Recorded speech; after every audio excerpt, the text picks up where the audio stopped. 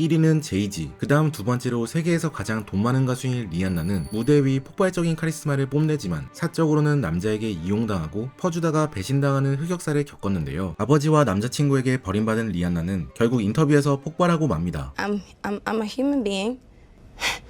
You 리안나는 팝 음악의 중심 미국이 아닌 바베이도스라는 섬나라에서 태어났습니다. 과거 영국의 식민지였던 바베이도스는 영국의 범죄자나 불황자들이 유배를 갔던 나라로 영국으로부터 독립한 뒤에도 경제 상황은 전혀 나아지지 않았죠. 리안나는 바베이도스 국민들 중에서도 어렵게 자라났습니다. 세인트 마이클구에서 태어났는데 그녀의 아버지 로날드 펜티는 마약과 음주 중독이었죠. 화면에 보이는 이 집이 바로 리안나가 살았던 집인데 집안 곳곳에는 아버지가 흘린 약과 도구들이 굴러다녔다고 합니다. 어린 리안나는 금요일을 가장 싫어했는데 왜냐하면 금요일에 아버지가 술을 가장 많이 마셨기 때문이었습니다. 리안나의 아버지는 금요일에 주급을 받으면 그날 받은 돈의 절반을 술에 써버렸죠. 아버지가 집에 들어오면 리안나와 형제자매들은 모두 아버지를 쳐다보며 아버지의 기분을 살폈다고 합니다. 그러다 리안나의 아버지가 회사에서 잘리면서 상황은 더욱 악화되었습니다. 리안나 남매들을 실질적으로 부양하는 건 리안나의 엄마였죠. 엄마는 낮에는 일을 했고 밤에는 집안일을 했지만 왠지 마음에 들지 않았던 아버지는 가끔씩 엄마에게 폭력을 가했다고 합니다. 이 시기에 리안나는 원인모를 두통에 시달리게 됩니다. 너무 머리가 아파 의사를 찾아가 CT 검사를 해보니 머릿속에 종양이 자랐다고 했죠. 다행히 부모님이 14살 때 이혼하면서 리안나는 더 이상 머리가 아프지 않았다고 합니다. 어린 리안나를 버티게 해준 건 슈퍼스타가 되겠다는 꿈이었습니다. 노래 부르기를 좋아했던 리안나는 친구 2명과 걸그룹을 결성해 집에서 함께 노래 연습을 했죠. 어릴 때부터 얼굴도 예뻤던 리안나는 15살 학교 미인대회에 나가 우승하기도 합니다. 어느 날 여러 슈퍼스타를 발굴한 에반 로저스가 아내와 함께 휴가를 보내기 위해 바베이도스에 들렸다는 소식을 듣고 리안나는 친구들과 함께 에반 로저스를 찾아가 노래를 불렀습니다. 에반은 다른 친구들은 보이지도 않았고 리안나만 눈에 띄었다고 했죠.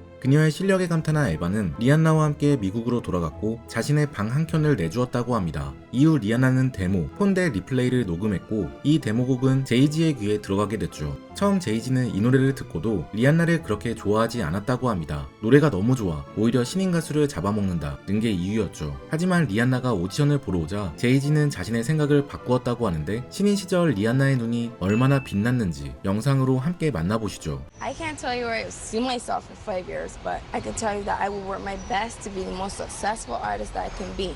당차게 자신의 꿈을 이야기하는 리안나. 제이지는 리안나의 얼굴을 보며 세계적인 농구 선수 코비 브라이언트가 겹쳐 보였다고 합니다. 상대를 잡아먹을 것 같은 강렬한 눈빛이었다고 하죠. 제이지는 그녀가 스타가 될 거란 걸 한눈에 알아보았고 너무 마음에 들어 자기 회사와 계약하라고 꼬드겼다고 합니다. 이 방에서 나갈 수 있는 방법은 계약서에 서명하거나 아니면 창문 밖으로 뛰어나갈 정도로 제이지의 집념이 대단했다고 하죠. 리안나는 결국 제이지가 CEO로 있는 데프잼 레코딩스와 계약을 했습니다. 얼마 뒤 폰데 리플레이 노래가 나오고 US 빌보드 차트 2위에 올랐습니다. 이후 리안나는 2009년 논란이 있기 전까지 성공에 성공을 거듭합니다. SOS, 엄브렐라 등이 성공하며 세계적인 대스타가 되었죠. Dad, I know I promised you I'm gonna give you my first Grammy. She said, "Want to thank everybody for her first Grammy." 하지만 리안나는 남자 한 명을 잘못 만나 인생이 180도 뒤바뀌게 됩니다. 그의 이름은 크리스 브라운이죠. 리안나는 엄브렐라 리믹스 버전을 녹음하며 크리스 브라운을 처음 만났습니다. 이때부터 둘 사이에 케미가 엿보여 사귀는 것 아니냐 의심하기도 했지만 그럴 때마다 리안나는 친구 사이라고 부인했죠. 그러다 갑자기 충격적인 소식이 뉴스를 장식했습니다. 리안나가 그래미 어워드에 불참했는데 그 이유가 크리스 브라운에게 맞아서 라는 것이었죠. 처음에는 다들 황당한 루머인 줄 알았지만 얼마 지나지 않아 이는 사실로 밝혀집니다. 둘의 싸움은 크리스의 불륜에서 시작되었는데 함께 파티를 가던 중에 리안나는 크리스가 불륜을 하고 있다는 낌새를 알아차렸다고 합니다. 리안나는 크리스에게 핸드폰을 달라고 했고 크리스의 핸드폰 속에서 내연녀가 남긴 메시지도 발견하죠. 이게 시발점이 되어 둘은 차 안에서 계속해서 다퉜다고 합니다. 크리스 브라운에 따르면 먼저 폭행을 시도했던 건 리안나라고 주장하는데요. 리안나가 먼저 저를 차려고 했어요. 화가 나서였죠. 그래서 제가 진짜로 리안나를 쳤어요. 주먹을 쥐고 그녀를 때렸고 리안나의 입술이 터졌어요. 그걸 본 순간 저는 너무 놀랐어요. 내가 그녀를 대체 왜 때렸지? 하지만 싸움은 여기서 멈추지 않았다고 합니다. 리안나는 크리스 브라운의 얼굴에 침을 뱉었고 크리스 브라운은 여기에 더욱 분노했죠. 그러다 어느 순간 크리스 브라운은 현실을 자각하고 이렇게 사소한 걸로 싸울 필요가 없다는 걸 깨달았다고 합니다. 그때 리안나가 차에서 내렸고 집으로 가버렸다고 하죠. 여기까지가 크리스 브라운의 입장인데 실제로는 이것보다 더 과격했습니다. 경찰의 조사에 따르면 크리스 브라운은 리안나의 머리를 창문에 여러 번 내리 찍었다고 합니다. 리안나의 눈 주위를 가격했고 왼손으로는 운전을 하면서 오른손으로는 리안나를 계속 때렸다고 하죠. 리안나는 너무 많이 맞아 입에 피가 가득 고였었다고 합니다. 하지만 그럼에도 크리스는 진정되지 않았고 집에 가면 더 맞을 줄 알아. 이따 더 두고 봐. 소리쳤다고 하죠. 이에 리안나는 매니저에게 전화를 걸었지만 매니저는 전화를 받지 않았습니다. 리안나는 다급하게 나 지금 집에 가는 중인데 경찰들 좀 불러줘. 음성 메시지를 남겼죠. 이를 엿들은 크리스는 더욱 화를 내며 너 지금 진짜 멍청한 짓 한 거야. 죽여버릴 거야. 소리쳤다고 합니다. 그 뒤 크리스는 리안나에게 헤드락을 걸었고 리안나는 거의 정신을 잃어버렸다고 합니다. 눈이 완전히 돌아간 크리스 브라운을 말릴 수 있는 방법이 없다는 걸 깨달았고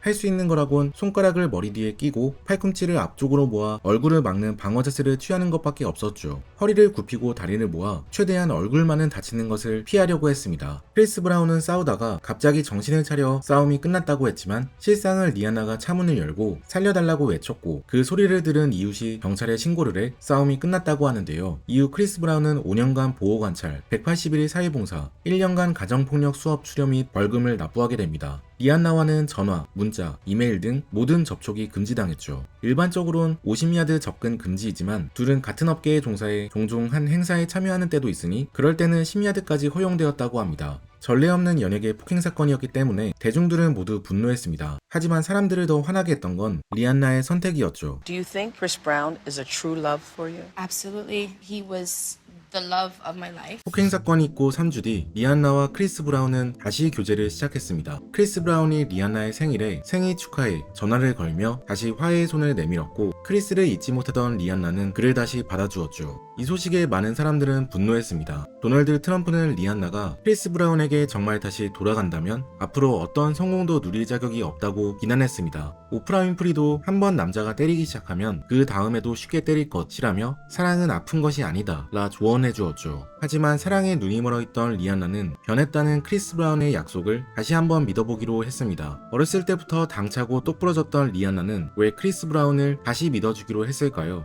I am strong. This happened to me. I didn't cause this. 당시 리안나는 자신이 이런 고통쯤은 감당할 수 있는 사람이라고 여겼다고 합니다. 스스로를 크리스의 보호자, 구원자라고 생각했고 사람들이 그를 오해할 때 자기라도 옆에서 도와줘야 한다고 생각한 것이죠. 리안나의 이러한 왜곡된 생각은 유년 시절 아버지로부터 비롯된 것이었습니다. 술과 약에 취해 어머니를 때리는 아버지를 보고 자란 리안나는 폭력 속에서도 사랑은 존재한다는 잘못된 생각을 가지고 자라게 되었죠. 한편 리안나에게 또 한 명의 남자가 나타납니다. 그의 이름은 드레이크로 캐나다 출신의 래퍼였죠. 둘은 폰데 리플레이 뮤직비디오 촬영 현장에서 처음 만났는데 당시 드레이크는 무명의 가수였습니다. 리안나가 크리스 브라운에게 맞은 뒤 그와 잠시 헤어졌을 때 리안나는 드레이크와 교제를 시작했습니다. 하지만 막상 언론에는 친구 사이라 선을 그었고 얼마 뒤 리안나는 다시 크리스 브라운과 사귀었죠. 드레이크는 1년의 과정에서 큰 상처를 받았다고 합니다. 리안나가 크리스 브라운의 상처를 잊기 위해 자신을 놀이개로 이용한 것 같다며 불꽃이라는 노래에서 슬픈 감정을 드러냈죠. 사랑은 아니란 걸 알고 있긴 했어. 젠장. 다행히도 이성은 유지했지만 그날 밤 우리 사이에 무슨 일이 있었던 걸까? 자꾸만 마음을 어지럽혀. 드레이크는 리안나와 헤어진 이후에도 리안나를 잊지 못했던 것 같습니다. 클럽에서 크리스 브라운과 몸싸움을 벌였고 이후 크리스 브라운은 트위터에 다친 얼굴 사진을 공개했죠. 드레이크는 공개적인 인터뷰에서도 계속해서 리안나를 언급하며 아직 그녀를 잊지 못했다고 밝혔습니다. 2014년 롤링스톤지 잡지사와의 인터뷰에서는 리안나가 자신의 이상형이라고 이야기했죠. 꿈의 여자예요. 우리 둘이 진짜 잘 어울렸을 텐데 이런 생각이 들어요. 얼마 뒤 드레이크와 리안나가 손을 잡고 있는 사진이 파파라치에 의해 공개되지만 리안나는 또다시 사귀는 사이는 아니라고 부인했습니다. 리안나는 잡지사와의 인터뷰에서 자신의 마지막 남자친구는 크리스 브라운이라고 이야기했죠. 하지만 드레이크는 포기하지 않았습니다. 자신의 감정을 다시 한번 솔직하게 이야기해보자는 생각에 모든 사람들이 보는 앞에서 사랑 고백을 하기로 결정한 것입니다. 2016년 리안나는 MTV 시상식에서 최고의 명예라 불리는 마이클 잭슨 뱅가드 어워드를 수상하는데 시상자였던 드레이크는 바로 지금이 사랑 고백을 하기 위한 최적의 타이밍이라고 생각했죠. We love the woman who hasn't changed since day one. She's someone I've been in love with since I was 22 years old. 시상식은 사람들에게 큰 관심을 끌었습니다. 드레이크는 불면의 사랑을 고백했는데 리아나는 대부로 응답하네. 거울 앞에서 전 남친 이름을 3번 부르면 드레이크가 나타나 같이 울어준다는 전설이 있어 그냥 드레이크가 입 닫았으면 좋겠다고 생각하는 것 같은데 결국 리안나와 드레이크의 우정은 끝이 나게 됩니다. 이후 리안나는 보그와의 인터뷰에서 드레이크의 시상이 인생에서 가장 불편한 순간이었다고 밝혔습니다. 그리고 이제 둘은 적도 아니지만 친구도 아닌 사이라고 이야기했죠. 2017년 팬들이 기다리던 앨범 소식이 아닌 화장품 회사 설립을 알렸습니다. 회사의 이름은 자신의 성을 딴 팬티 뷰티로 메이크업을 하다 보면 어두운 피부를 위한 파운데이션이 적다는 경험에 착안해 모든 인종을 아우를 수 있는 화장품 브랜드를 만들었죠. 루이비통을 보유한 LVMH사와 협업한 팬티 뷰티는 출시 후 한 달 만에 7,200만 달러 매출을 기록했고 인기가 너무 많아 테스터조차 매장에서 자주 사라졌었다고 합니다. 파운데이션은 1분마다 하나씩, 립스틱은 3분마다 하나씩 팔렸죠. 그 결과 리안나는 세상에서 가장 부유한 가수 2등에 오르게 됩니다. 싱어송라이터의 전설 폴 맥카트니나 팝 아이콘이 된 테일러 스위프트, 마돈나보다 높은 순위를 차지하게 됐죠. 책 부의 전략 수업은 능력으로 돈을 벌고 싶다면 스케일을 이해해야 한다고 합니다. 가격이란 공급과 수요의 관계에 따라 정해지는데 의사처럼 공급이 제한된 일을 하거나 혹은 아예 수요가 큰 사업을 하면 큰 수익을 거둘 수 있다는 것이죠. 리안나는 스케일이 큰 화장품 사업에 뛰어들어 막대한 돈을 벌어들였습니다. 하지만 성공을 누리기도 전에 리안나에게 또 한 번의 불행이 찾아오는데요. 이번에도 역시나 아버지가 리안나의 발목을 잡았죠. Did you imagine this for her, this success?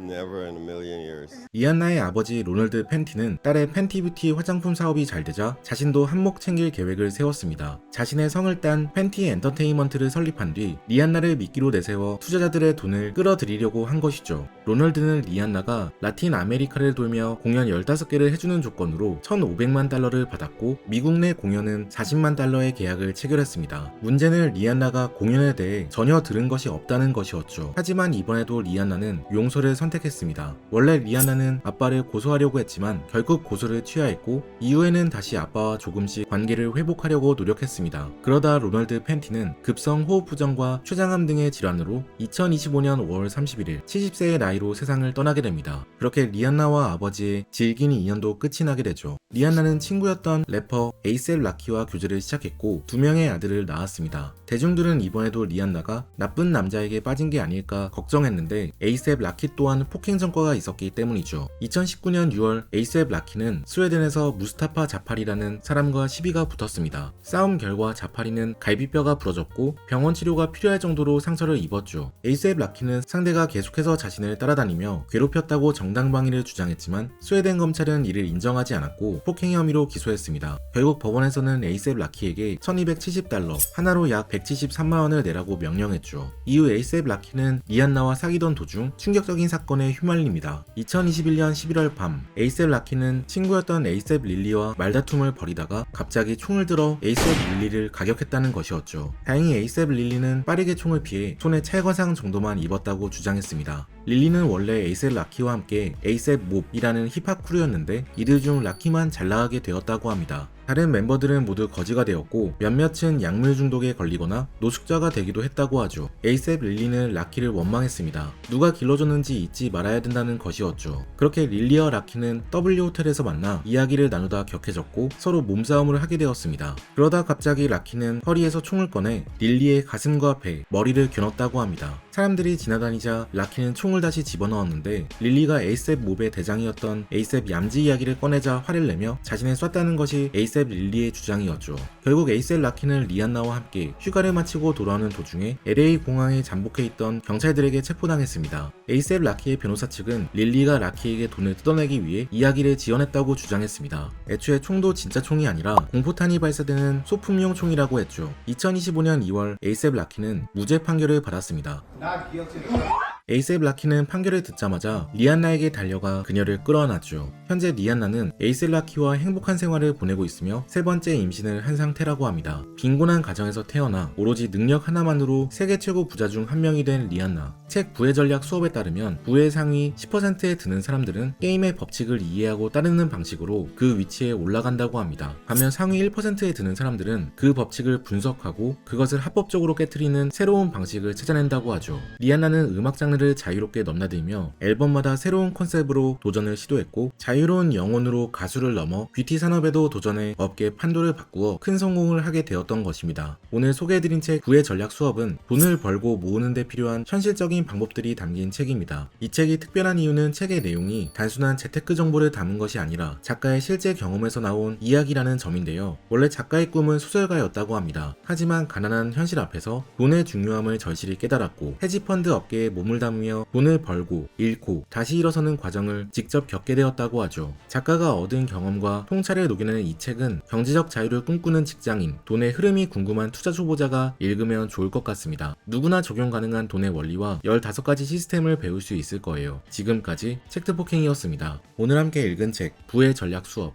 저자 폴 포돌스키. I know that I'm well away from being a perfect guy.